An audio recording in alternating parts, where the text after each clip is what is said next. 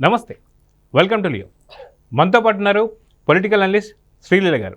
నమస్తే అండి. నమస్తే అండి. మనం చూసుకుంటే లిక్కర్ స్కామ్ ఏదైతే ఉందో నిజంగా దేశవ్యాప్తంగా ఇది దీనంత సంచలనం ఇంకోటి లేదని చెప్పుకోవాలి. ఎందుకంటే ఢిల్లీ లిక్కర్ స్కామ్ ఓన్లీ 100 నుంచి 150 కోట్లకు మాత్రమే. అప్పుడు ఉన్నటువంటి ఒక ముఖ్యమంత్రి కేజ్రీవాల్ని అరెస్ట్ చేయడం, ఉప ముఖ్యమంత్రి అయినట్టు సిసోడిని అరెస్ట్ చేయడం, అదేవిధంగా తెలంగాణకు లింకులు ఉన్నాయని చెప్పి కవిత గారిని అరెస్ట్ చేయడం మనం చూస్తూ వస్తున్నాం. ఇప్పుడు ఇది వచ్చేసరికి దాదాపు ఇది 1,00,000 కోట్ల, 2,00,000 కోట్ల, లేకపోతే ఇంకేంటి అనేది ఇంకా పూర్తిగా తెలియనటువంటి సమయం. అయితే ఖచ్చితంగా ఛార్జ్ షీట్లో వీళ్ళ పేర్లు ఎక్కుతున్నాయి అనగానే ఏదైతే జగన్మోహన్ రెడ్డి గారు ఓఎస్డీ కావచ్చు, కృష్ణమోహన్ రెడ్డి గారు, అదేవిధంగా భారతీ సిమెంట్ సంబంధించినటువంటి చార్టర్డ్ అకౌంటెంట్, లేదంటే ఇప్పుడు భారతీ గారు ఓఎస్డీ అని చెప్పేసి అనుకోవచ్చు, బాలాజీ గోవిందప్ప, అదేవిధంగా అంతకుముందు ఉన్నటువంటి అధికారి ఎవరైతే ఉన్నారో ధనుంజయ రెడ్డి, ఈ ముగ్గురు కూడా ఇప్పుడు పరారీలో ఉన్నారని చెప్పి తెలుస్తుంది. నిజంగా తప్పు చేయకపోతే పరారీలో ఎందుకు ఉండాలి? ఇప్పుడు అంతిమ లబ్ధిదారులు ఎవరు అనేది ఇప్పుడు ఛార్జ్ షీట్ ఏదైతే ఉందో దాన్ని దాఖలు కాబోతుంది. సిట్కి సంబంధించి మాత్రం ఖచ్చితంగా ఒక పెద్ద రిపోర్ట్ అయితే రాబోతుంది. అయితే నోటీసులు ఇవ్వడానికి ఇంటికి వెళ్ళేసరికి ముగ్గురు కనిపించడం లేదు. బాలాజీ గోవిందప్ప కావచ్చు, కృష్ణమోహన్ రెడ్డి కావచ్చు, అదేవిధంగా ధనుంజయ రెడ్డి కావచ్చు. ఆఖరికి వీళ్ళు భారతీ సిమెంట్స్ సంబంధించినటువంటి ఒక ఆఫీస్లో ఏమైనా ఉన్నారా, మకాం అక్కడ పెట్టుకున్నారని చెప్పి అక్కడ చూస్తే అక్కడ కూడా సోదాలు చేసినా సరే అక్కడ కూడా దొరకలేదు. సో వీళ్ళు ఇప్పుడు ఎక్కడ ఉన్నారు, ఏంటి, ఎందుకు పారిపోతున్నారు? వీళ్ళు దొరికితే ఖచ్చితంగా పూర్తి సూత్రధారి అంతా కూడా ఏదైతే మనకు భారతీ సిమెంట్ సంబంధించిన సీఏ ఎవరైతే అనుకున్నామో బాలాజీ గోవిందప్ప తనే, అంటే ఖచ్చితంగా భారతీ రెడ్డినే ఇప్పుడు పూర్తి కీలకదారుల అని చెప్పి అనుకోవచ్చు. అంటే ఏం చెప్తారు? ఇక్కడ వీళ్ళ ముగ్గురు ఒకేసారి కనిపించకుండా వెళ్ళటం, అదేవిధంగా గతంలో మనం చూసాం. ఇప్పుడు లిక్కర్ కుంభకోణానికి సంబంధించి ఎంపీ మిథున్ రెడ్డి, అదేవిధంగా రాజ్ కసిరెడ్డి, మరి విజయసాయి రెడ్డి, వీళ్ళందరూ కూర్చొని ఈ ధనుంజయ రెడ్డి, వీళ్ళంతా కృష్ణమోహన్ రెడ్డి, వీళ్ళందరూ విజయసాయి రెడ్డి ఇంట్లో ఎందుకు మీటింగ్ పెట్టుకున్నారు? ఆయనే స్వయంగా చెప్పారు, మా ఇంట్లోనే మీటింగ్ పెట్టుకున్నాం 2 times, తాడేపల్లి కానీ హైదరాబాద్ కానీ. మరి ఆ తర్వాత అసలు నాకు సంబంధమే లేదని చెప్పేసి ఎంత గొప్పగా చెప్పారంటే మిథున్ రెడ్డి, నేను ఒక ఎంపీని, మరి నేను ఒక పార్లమెంటు మెంబర్గా ఉండి నాకేం సంబంధం స్టేట్ గవర్నమెంట్కి సంబంధించి అన్నారు. మరి నీకు సంబంధం లేనప్పుడు మీరు ఎందుకు ఆ మీటింగ్లో ఉన్నారనేది అందరి క్వశ్చన్. దానికి సమాధానం లేదు. సరే, ఇప్పుడు విచారణకు వచ్చిన తర్వాత కూడా ఏదో చెప్పడానికి ప్రయత్నించారు. అదేవిధంగా రాజకసిరెడ్డి, మా సంబంధం లేదు అసలు అని చెప్తూనే వీళ్ళు దానిలో ఉన్నారు వీళ్ళు అనేది కనిపిస్తూనే ఉంది. అంటే దొంగతనం చేశారు క్లియర్గా కనిపిస్తున్నా కూడా ఇంకా తప్పించుకునే ప్రయత్నం, ఏదో ఒక విధంగా ఇంకా మీరన్నట్లుగా దాన్ని ఎలాగైనా సరే ఆ కేసును పొడిగిస్తూ ఉండాలనేదే వీళ్ళ అభిప్రాయం కనిపిస్తుంది అక్కడ. అంటే అసలు దొంగని పట్టించడం వీళ్ళకే ఇష్టం లేదు. ఇక్కడ వీళ్ళందరూ కలిసి ఆ దొంగల్ని కాపాడుతున్నారు అనేది మనకు కనిపిస్తుంది. ఇప్పుడు చూస్తే గోవిందప్ప బాలాజీ, ధనుంజయ రెడ్డి, కృష్ణమోహన్ రెడ్డి, వీళ్ళ ముగ్గురు కూడా వాళ్ళ నివాస గృహాల్లో లేకుండా ఎక్కడికి వెళ్ళిపోయారు, ఎందుకు వెళ్ళిపోయారు? వీళ్ళు తప్పు లేదు అనుకున్నప్పుడు ఎందుకు వచ్చి విచారణకు హాజరవ్వట్లేదు? కానీ ఈ రోజున చూస్తే డిస్టిలరీకి సంబంధించిన అధినేతలు ఎవరైతే ఉన్నారో కంపెనీలకి, వాళ్లే స్వయంగా ఈ ఎవరైతే ధనుంజయ రెడ్డి, కృష్ణమోహన్ రెడ్డి ఉన్నారో వాళ్ళకే మేమే స్వయంగా డబ్బులు ఇచ్చాము, వాళ్లే పట్టుకెళ్లారు అనేది వాళ్ళు ఇచ్చిన వాంగ్మూలంలో తెలిసింది. మరి ఇప్పుడు ఖచ్చితంగా వీళ్ళు ముగ్గురు దొరికితే మిగతా దొంగలు దొరుకుతారు అనేది, అసలు దొంగలు ఎవరనేది. కానీ వీళ్ళు ఎవరికి సంబంధించిన వ్యక్తులు, ఎవరి దగ్గర ఓఎస్డీలుగా ఉన్నారు, ఎవరికి ఇప్పుడు భారతీ సిమెంట్కి కానీ లేకపోతే జగన్మోహన్ రెడ్డి దగ్గర పనిచేసిన వ్యక్తులు. మరి వీళ్ళు ఎవరి కోసం చేశారంటే వాళ్ళ యజమానుల కోసమే చేశారనేది క్లియర్ కట్గా అర్థమవుతుంది అక్కడ. ఎవరి కోసం చేస్తారు? ఇప్పుడు రాజకసిరెడ్డి ఉన్నారు, అసలు జగన్మోహన్ రెడ్డి నాకు సంబంధమే లేదు, ఎవరబ్బా ఈ రాజకసిరెడ్డి అని మాట్లాడారు. కానీ అతనికే ఐటీ అడ్వైజర్గా ఉన్న వ్యక్తి. మరి వీళ్ళంతా కూడా 2019 ఎలక్షన్కు ముందు రాష్ట్రంలో మద్యం అనేది లేకుండా చేస్తానని జగన్మోహన్ రెడ్డి గారు ఎప్పుడైతే హామీ ఇచ్చారో ఆ హామీకి ముందే వీళ్ళు ప్లాన్ చేసుకున్నారు. అసలు ఎట్లా డిస్టిలరీస్ కానీ కంపెనీలు కానీ ఎన్ని కేసులు, కేసుకి ఎంత తీసుకోవాలి, మరి ఏ విధమైన మద్యాన్ని మనం అమ్మకాలు చేయాలి, వాటి పేర్లు అవన్నీ మొత్తం వీళ్ళు ఒక ప్రణాళికాబద్ధంగా చేసుకొనే చేశారు అనేది విచారణలో చెప్తున్నారు అధికారులు. ఇవన్నీ చూస్తూ ఉంటే వీళ్ళు ఆల్రెడీ దొంగలందరూ కలిసి ఈ దొంగల ముఠ ఏదైతే ఉందో అందరూ రాష్ట్రంలో మద్యాన్ని ఏరులై పారించారు, అదైతే కనిపిస్తూ ఉంది.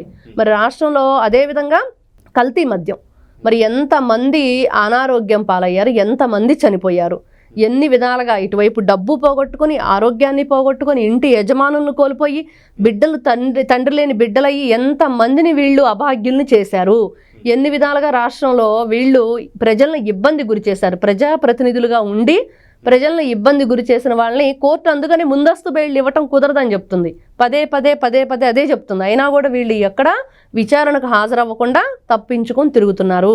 ఖచ్చితంగా ఇట్లాంటి వ్యక్తుల్ని క్షమించేదే లేదు. ప్రజల్ని ఈ విధంగా ఇబ్బంది పెట్టిన వ్యక్తుల్ని ఎందుకు క్షమించాలి అనేది ఈ రోజున అందరి అభిప్రాయం. గతంలో కూడా చూసుకుంటే లిక్కర్ కేసు ఏదైతే స్టార్ట్ అయినప్పుడు చాలా చులకనగా చూశారు. ఇది పెద్దగా అంత పెద్ద ఇష్యూ అయితే కాదని చెప్పి.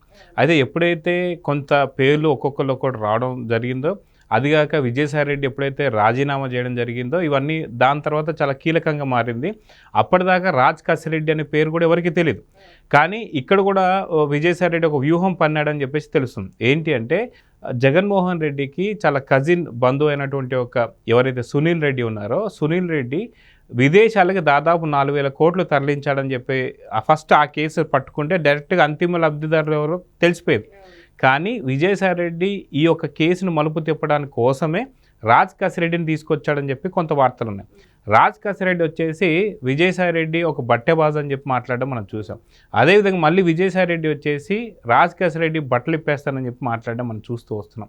మొత్తానికి జగన్ని కాపాడడం కోసమే ఇన్ని మలుపులా అంటే ఏమంటారు? ఖచ్చితంగా రాజ్ కసిరెడ్డి విజయసాయిరెడ్డి గురించి ట్వీట్ ఏదైతే వాయిస్ మెయిల్ పంపించారో అప్పుడు ఏం చెప్పారంటే, ఖచ్చితంగా కీలక ఆధారాలతో విజయసాయిరెడ్డి బతుకు బయట పెడతాను అన్నాడు. మరి ఏది చెప్పలేదుగా, ఎక్కడ అతని గురించి ఒక మాట మాట్లాడలేదు. ఆ రోజు చెప్పారు, నేనే మీడియాని పంపిస్తాను, వన్ సైడ్ న్యూస్ వేయకండి, మరి నా గురించి మీరు వేరే విధంగా రాయకండి, విజయసాయిరెడ్డి గురించి అంతా నేను పెద్ద ఇది అని చెప్పి బట్టేబాస్ అని మాట్లాడాడు. మరి ఎక్కడ చెప్పాడు, ఎప్పుడు చెప్పాడు, మీరు ఏ విధంగా వాయిస్ మెయిల్ పంపించారు, దాంట్లో ఉన్నదేది ఈ రోజున మీరు ఎక్కడా కూడా దాని గురించి ఒక్క మాట కూడా మాట్లాడింది లేదు.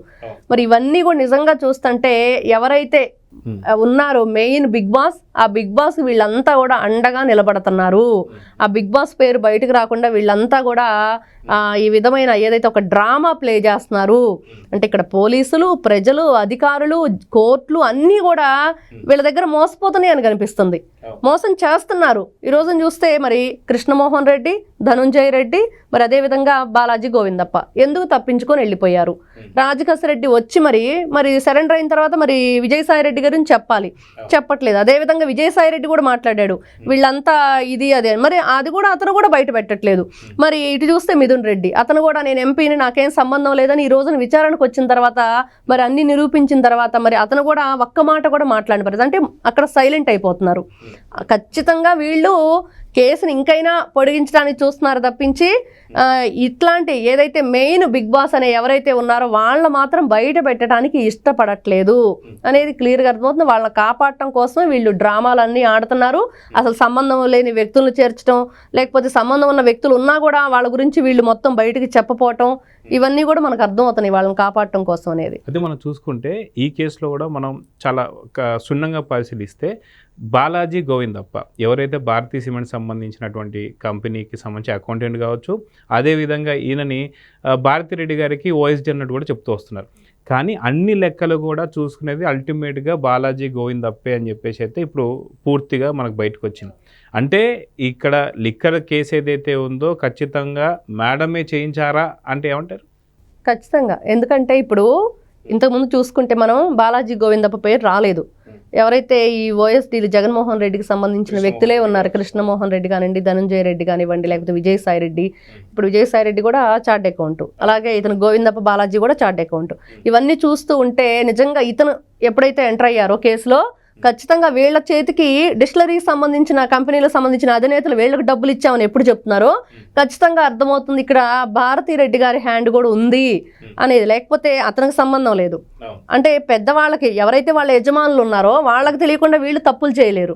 అట్లాంటిది వీళ్ళు ఎంటర్ అయ్యి ఆ డబ్బుని ఎవరికి అందించారంటే అందరూ వీళ్ళు ఇప్పుడు ఇద్దరు ఎవరైతే భార్యాభర్తలు జగన్మోహన్ రెడ్డి, భారతీ రెడ్డి కలిసి మద్యం కుంభకోణం నడిపించారు అనేది ఒక ఓపెన్ సీక్రెట్గా కనిపిస్తుంది.